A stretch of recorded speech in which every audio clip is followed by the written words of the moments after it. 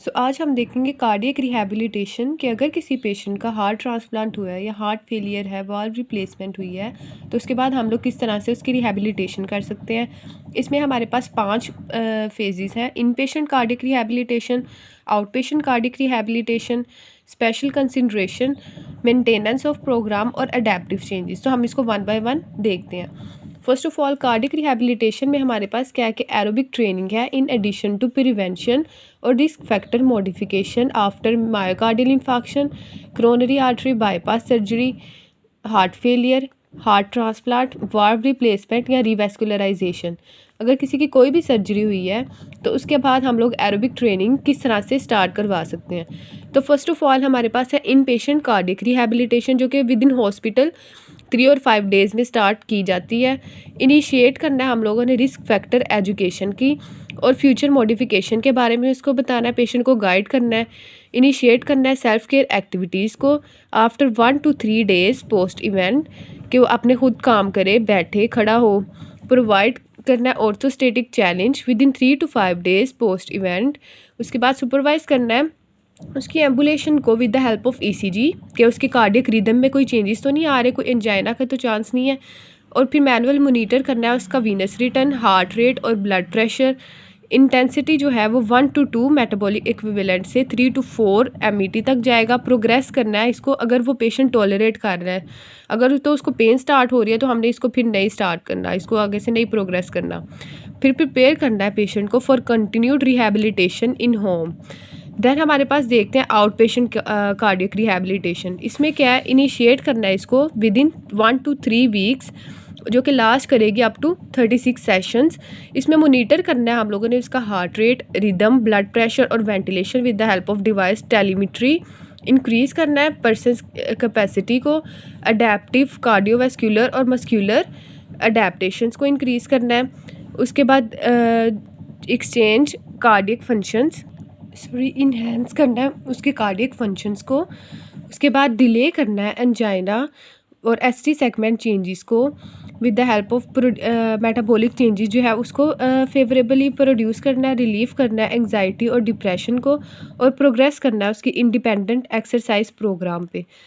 तो हमने इसमें देखा इन पेशेंट कार्डियक रिहैबिलिटेशन में कि विद इन 3 to 5 डेज़ जब वो हॉस्पिटल में ही है तो हमने स्टार्ट करना है। इसमें पेशेंट को एजुकेट करना है कि रिस्क फैक्टर के बारे में और फ्यूचर मॉडिफिकेशन के बारे में, और सेल्फ केयर एक्टिविटीज़ जो है वो 1 to 3 days post event start कर सकता है। उसके बाद orthostatic challenge with in 3 to 5 days, कि अपनी पोजीशन को खुद चेंज करे। सुपरवाइज़ करना है एम्बुलेशन को with the help of ECG. उसका ब्लड प्रेशर और हार्ट रेट को मॉनिटर करना है और इंटेंसिटी को प्रोग्रेस करना है अगर वो टॉलरेट कर सकता है तो। उसके बाद प्रिपेयर करना है for continued rehabilitation in home. उसके बाद आउट पेशेंट कार्डियक रिहैबिलिटेशन में हमने देखा कि जो कि 1 to 3 वीक्स हम स्टार्ट कर सकते हैं। इसमें 36 सेशंस हैं। इसमें मोनीटर करना है हमने heart rate, blood pressure, ventilation और rhythm with the help of a device telemetry. उसके बाद कार्डियोवैस्कुलर और मस्कुलर अडेप्टेशंस हैं, इसके कार्डियक फंक्शंस को इन्हेंस करेंगी। उसके बाद एंजाइना और एसटी सेगमेंट चेंजेस को डिले कर देगी। प्रोड्यूस करना है फेवरेबल मेटाबॉलिक चेंजेस को, रिलीव करना है एंग्जाइटी या डिप्रेशन को, और प्रोग्रेस करना है इंडिपेंडेंट एक्सरसाइज प्रोग्राम को। अब हम इसकी फर्दर कुछ गाइडलाइंस देख लेते हैं जो हमने फिट वीपी प्रिंसिपल है, जिसमें frequency, intensity, time, type, volume और प्रोग्रेशन ऑफ एक्सरसाइज को देखते हैं कि आउट पेशेंट कार्डियक रिहैबिलिटेशन में किस तरह से गाइडलाइंस दी जाती हैं पेशेंट को। अगर हम जनरल गाइडलाइंस देखें तो फ्रीक्वेंसी सबसे पहले हमारे पास आ जाता है कि 3 times पर वीक हमने एक्सरसाइज करवानी है। इंटेंसिटी में हमारे पास आ जाता है कार्बनन्स फार्मूला, HRR और rating of perceived exertion scale. इसमें क्या है कि 6 to 20 स्केल अगर है तो उसमें 11 and 16 पेशेंट की वैल्यू होनी चाहिए, और 40 to 80% रेंज होनी चाहिए उसके हार्ट रेट की। देन उसके बाद हमारे पास आ जाता है टाइम, कि 10 to 15 मिनट्स के लिए एक्सरसाइज स्टार्ट करवानी है और उसको प्रोग्रेस करवाना है 20 to 60 मिनट। और इसमें आपने याद रखना है कि एक्सरसाइज प्रोग्राम में जैसे हमने पहले देखा कि वार्म अप पीरियड और कूल डाउन पीरियड होता है फॉर 5 to 10 मिनट्स, जिसमें हम स्ट्रेचिंग करवाते हैं ताकि टेम्परेचर इंक्रीज़ हो सके, वहाँ पे वेसोडाइलेशन हो सके और इंजरी के चांसेस कम से कम हो सकें। उसके बाद टाइप हम देख सकते हैं कि ट्रेडमिल वॉकिंग करवा सकते हैं, स्टेशनरी बाइक है और रॉड है या स्टेपर है। उसके बाद वॉल्यूम में हमारे पास फ्रीक्वेंसी, इंटेंसिटी और टाइम का जो प्रोडक्ट है वो हमारे पास वॉल्यूम है। Last but not the least progression किस तरह से करवानी है कि पेशेंट का रिस्पॉन्स देखते हुए या गोल्स ऑफ ट्रीटमेंट को देखते हुए, अगर पेशेंट जो है उसको पेन ज़्यादा हो रही है या एंजाइना के सिम्टम्स आ रहे हैं या फिर कार्डियक रिदम में चेंजेस आ रहे हैं तो हम लोग उसकी प्रोग्रेशन नहीं करवाएंगे। उसके बाद मेंटेनेंस ऑफ प्रोग्राम, मेंटेनेंस में क्या है कि इम्प्रूव करना है उसकी फिटनेस लेवल को, मेयर करना है उसका पल्स रेट और blood pressure, heart rate, rhythm जो है वो मॉनिटर अब हम नहीं करेंगे टेलीमेट्री से, बस हमने उसका पल्स रेट देखना है, वो पेशेंट खुद चेक करेगा, और ब्लड प्रेशर जो है वो फिजियोथेरेपिस्ट या उसके पास जो ट्रेनर है वो उसको चेक करेगा। दैन स्पेशल कंसिडरेशन, इसमें हम मैकेनिकल और मायोकार्डियल एफिशिएंसी को देखते हैं। वर्क आउटपुट, आपको पता है कि जितना हमें आउटपुट मिल रहा है हम उसको देखेंगे कि हमारी एनर्जी कितनी एक्सपेंडिचर, हमारी एनर्जी कितनी वेस्ट हो रही है इसमें, उसके हिसाब से हम देखेंगे कि हमारा वर्क आउटपुट ये है और हमारी मैकेनिकल एफिशिएंसी कितनी है। तो मायोकार्डियल एफिशिएंसी और oxygen uptake is higher for arm exercises. इसमें हम देखते हैं स्पेशल कंसिडरेशन में कि कुछ एक्सरसाइजेज जो हैं वो आर्म के लिए हैं और कुछ लेग के लिए हैं। तो मायोकार्डियल जो एफिशिएंसी है वो हायर है फॉर आर्म एक्सरसाइजेज, लेकिन जो मैकेनिकल एफिशिएंसी है वो हायर है फॉर लेग एक्सरसाइजेज। और इसको हम कैसे देखते हैं कि हमारा एनर्जी एक्सपेंडिचर कितना हुआ है और वर्क आउटपुट रेशियो क्या है इसके साथ। और पेशेंट कंप्लीट कर देता है 35% less work with arm than legs. इसमें यह है कि हम आर्म्स से जो बाजू है उससे कम काम करवाएंगे, बिकॉज उसकी वजह से हार्ट लोड जो है वो इंक्रीज़ हो सकता है, और हार्ट के ऊपर जब वर्कलोड इंक्रीज़ होगा तो वहाँ पे दोबारा से कोई एंजाइना या फिर पेन स्टार्ट हो सकती है। सो दैट्स वाई हमने 35% less work with arm than legs. Last पे हम देखते हैं अडेप्टिव चेंजेस।